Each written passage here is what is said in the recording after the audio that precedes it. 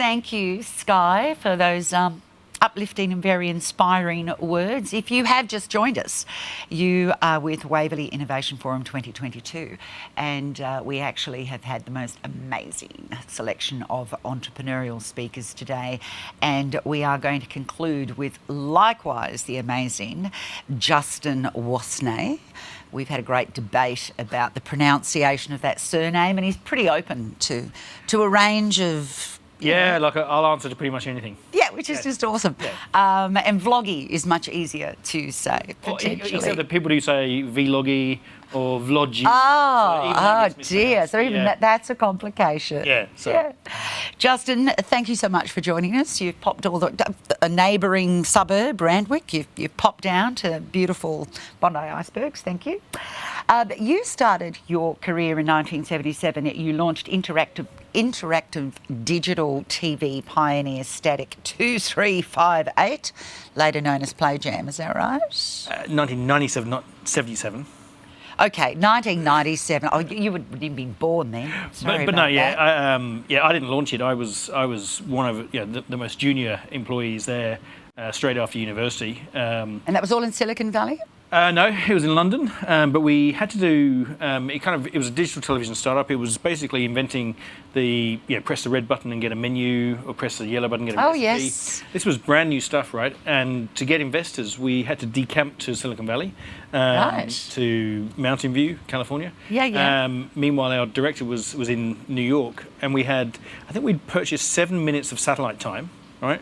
And we were sitting in Silicon Valley, and we basically had this demo, and he was there in New York, and of course the investors got talking, and he was thinking, we've only got 2 minutes left of this satellite, and we were spending, and it was typical kind of startup, we could only afford 7 minutes. And anyway, he did the demo, and it worked beautifully, and then just as he finished in New York, the satellite dropped.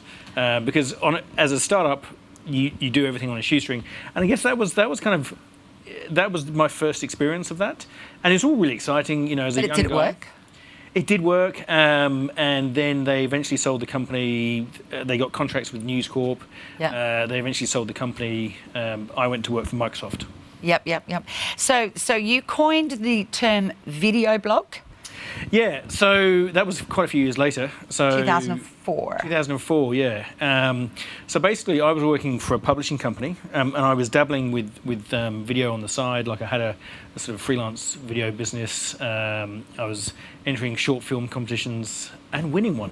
But yeah, so I was involved in that, and I convinced this publishing company to basically start doing video content. They were doing magazines and dabbling with websites. And I said, we need to do video. And my editor was like, oh, okay. So then the first few times we did a full professional setup like this, two camera, sound recordist, director, and editor. So this is like old territory for you. Yeah, exactly, right. But they would get sponsorship, like you have, right? So this is kind of the model that we kind of put together in 2004, and a sponsor would pay for the whole thing. This was like £50,000 for a production for three days of shooting. Yep. And then what happened was, one of the times at one air show, the sponsor pulled out. So I just said to the editor, look, if you rent me a camera, I'll do the whole thing. Yeah. And he sort of looked at me and sort of, okay, well, sure. So on the plane over to Miami, I composed the theme tune, the music. Really? I shot all the cutaways, did all the interviews, did the pieces of camera, and then went back to my hotel room and then edited them all together. And the only way I could work out to get them back to him in London was via this new thing called the YouTube. So I put them on there, and by the time he woke up, they already had hundreds of views. So his reaction was, "Don't take them down. They're our property." I was like, yeah, but they're getting traction. They're getting people to our site, right? Yeah. But they weren't up to the same level, professional quality as obviously a professional shoot. Sure. So I said, let's call them a video blog. And he was like, what's a blog? A blog's like an informal kind of writing. So let's call this video blog. Yeah. Anyway, so we did.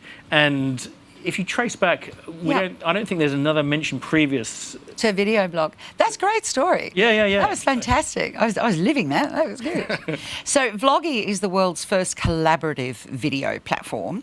So It's a collaboration tool driven by communities and teams, which love to know a little bit more around that. So how important is community to you as an entrepreneur? And it's something that has bubbled up quite a bit in our conversations today.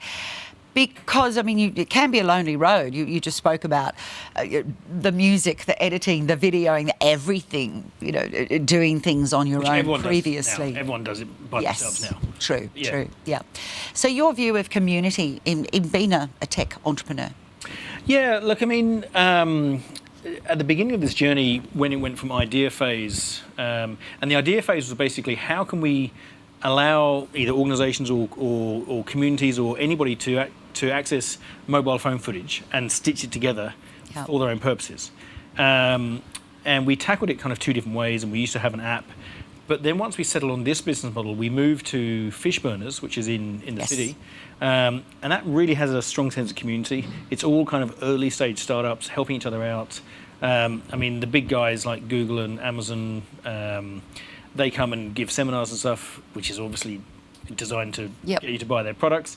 But there is a strong sense of people helping each other out. And I think during COVID, that was kind of one thing that I really missed, was that ability to talk to other people in the same situation, and kind of get their sense on, how'd you do an R&D claim? Or how'd you do this? Or,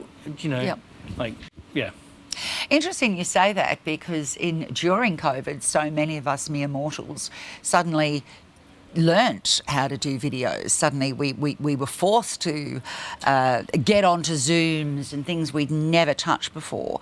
But being in that industry, you said you still miss the face-to-face. Yeah, so video conferencing, so I'll just explain a little bit about what Vloggy does. The easiest way to think about it is, imagine if you had a WhatsApp group, and you tried to make a compilation video of all of their videos. Yep. How would you do it? Now, most people, when they think about that, go, I guess I would get them to send me the videos, and I would download them onto my phone, then use a bit of software to put them together and edit them, and you can see, the pain, right? Yeah. and then for Facebook groups and especially for businesses, this problem is magnified, because everyone has, there's 6 billion mobile phones with high definition cameras in the world. Why don't we find a way to actually enable businesses or whoever, organisations in the centre, to get that footage, and also to get the rights to use the footage? So that's another piece in our software. It actually gets the consent rights, right? So that when people upload it, they're signing over the rights to that video to that organisation. Right. And then it's some tools inside there to automatically stitch them together, add branding, format them, sort out the audio. It does all that in one place. So what's interesting is that really, in my mind, it was conceived as a tool for communities. Yeah. And essentially empowering people who couldn't afford video production. Yes. But had very engaged communities who would contribute video, a way to make that. Yes. But what you find in the startup journey, especially in Australia, is that really you have to make a product for business.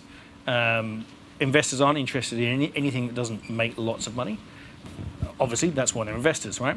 So when we made many mistakes along the way, but one of the mistakes we made was talking about the social good and the benefit to communities. Yep.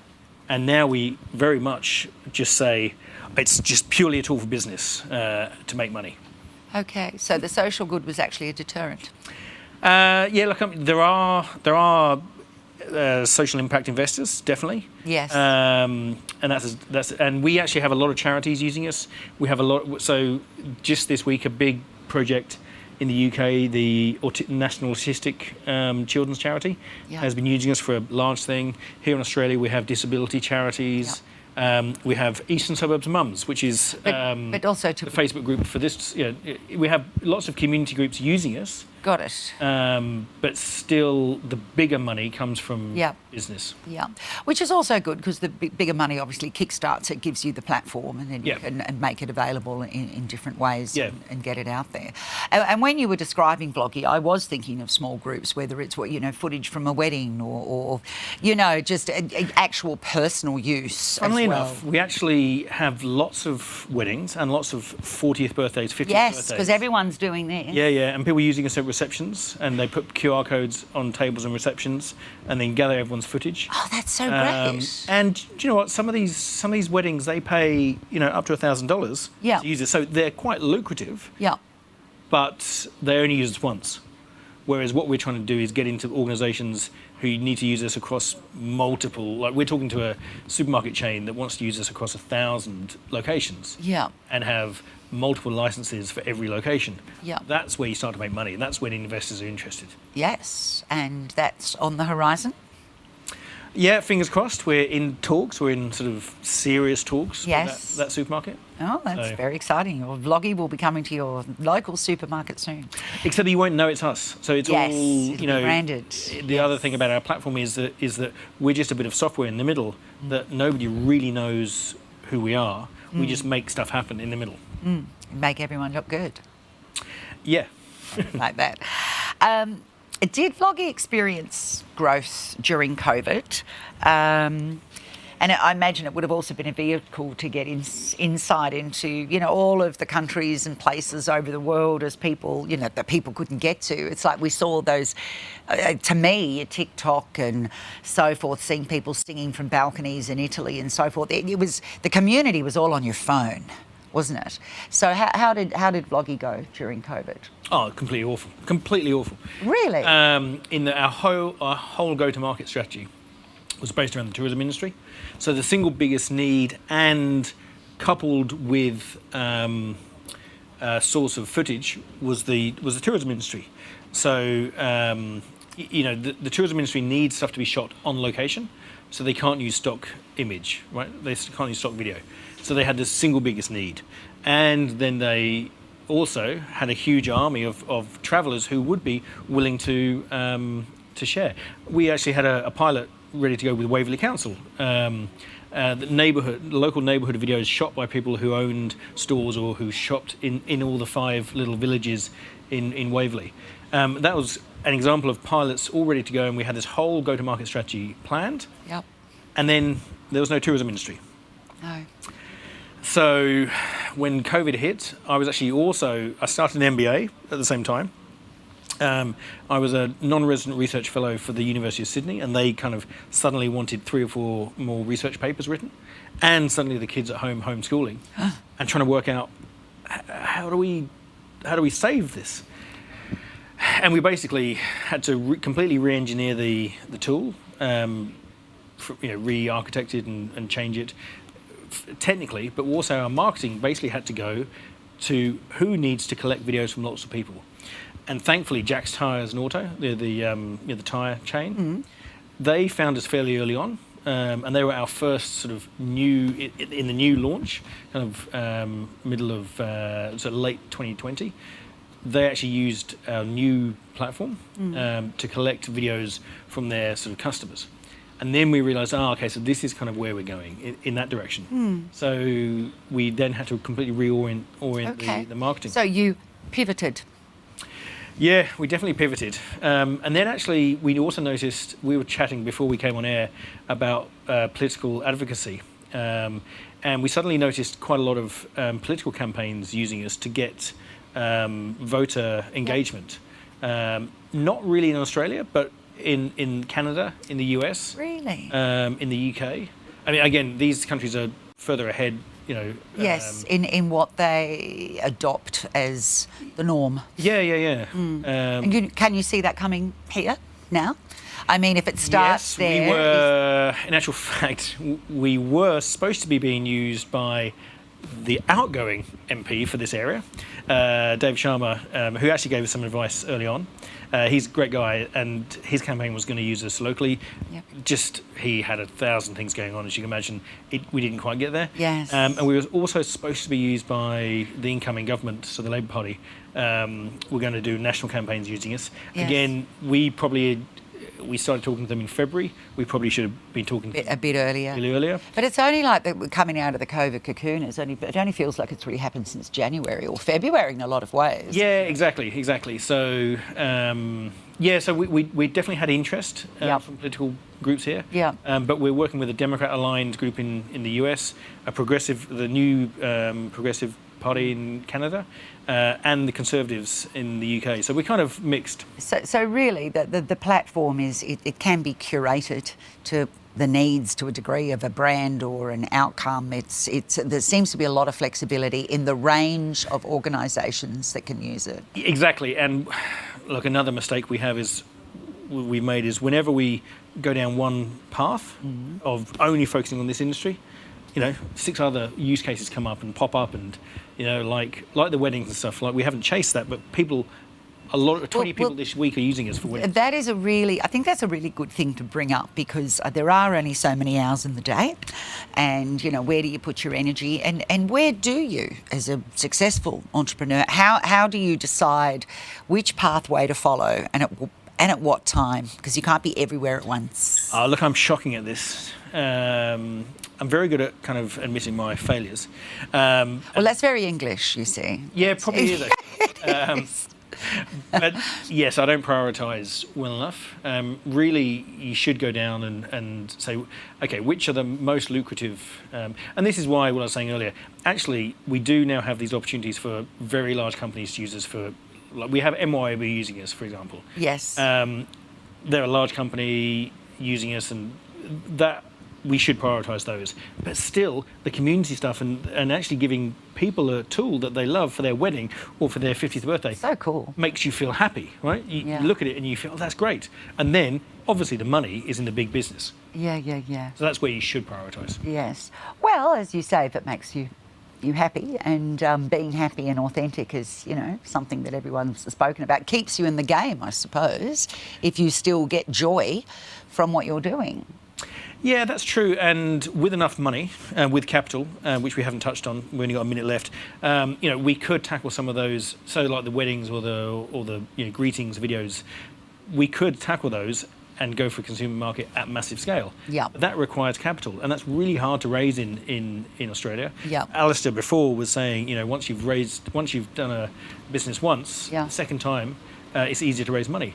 But the first time, it's really, really hard, because actually, people can make money in lots of other ways, in property or in stock markets. Yes. How do they take investing in early stage startups is risky. It is risky. So would that be one of the toughest lessons you've learnt on the way? Definitely the toughest lesson, and I'd say you've got to kiss a lot of frogs to find a prince. Mm-hmm. You've got to spend a lot of time, and a lot of investors say, "Yep, definitely going to invest," and then they don't. Yes. So the biggest lesson would be only spend the money once the cash is checked.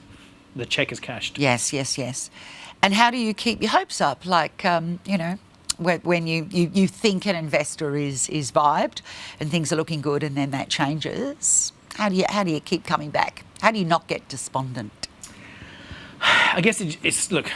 I always kind of believe in positivism, and things happen for a reason. And as long as you're taking 2 steps forward for every 1 step back, then you're moving forward.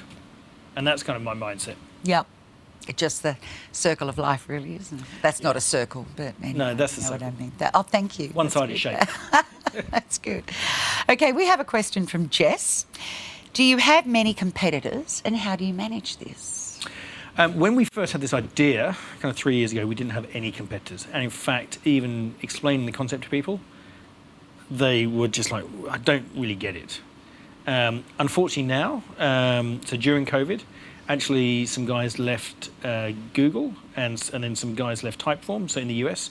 So now we have a couple of competitors well-funded in the US. There's actually a Bondi company doing similar stuff to us. They're focusing on the kind of business-to-business testimonials. I haven't met them yet, but I've spoken to them on email. Like, I'm all about collaboration, as you can imagine, and especially in this sort of ecosystem. I've forgotten the name, but Bonjoro, are they? Yeah, anyway, but they're here local. And how do you deal with it? Look, I just sort of think collaborate as much as you can. Try and find some space where other people aren't, that we do better than them. Yep. So we do stitching together videos from multiple sources better, but other people possibly do video testimonials and that kind of stuff better. So it's about point of distinction, collaborate, but ideally similar competitors have a different offering. Yeah. And try. Or just wait for them to buy me. Yeah, and that. And my next question was going to be, what's your best piece of advice out there for our entrepreneurs? And maybe it is that. Package your business up so that it's saleable. Is that the future for you? Look, hopefully not. I mean, everybody hopes when they start a business that they will actually, see it all the way through to progression, because that's the fun part, is actually running the business that you've spent so long. But you've always got to think of exit plans, right? So one of those might be a trade sale, might be a sale to a competitor. So you've always got to be open to all that. Yeah. And then think, I mean, Jeremy and I, my co-founder, we say, once we sell this, all the mistakes we've made, our next business we won't make. We won't do them. Yeah. I think you're quite right. An exit plan is something we haven't touched on, but it's even contemplating exit plans, isn't it? Yeah. Just having an idea of where will this end. Maybe it will never end, but at some point you will. So an exit plan could include, okay, how is it going to go on and on and on as well? Yeah, exactly. Which it might well do. We could be sitting here in 20 years' time. We could be talking about Vloggy. In a yacht. I was going to go Mars. Yeah. Yacht, yes, yeah. Although in these waters you probably wouldn't want that. No. Justin Wastnage from Vloggy, thank you very, very much for joining us. You didn't take the black T-shirt, tradition that most entrepreneurs, because you've got your own range of navy T-shirts instead. So we've definitely got a big fashion take out here from all of our entrepreneurs. There's actually a T-shirts of Startup LinkedIn group. Oh, is there? Yeah. All right, we'll have to check that out. I haven't been on yet, which I should. It's on my list. Yeah. On that list, that never-ending list. Yeah, exactly.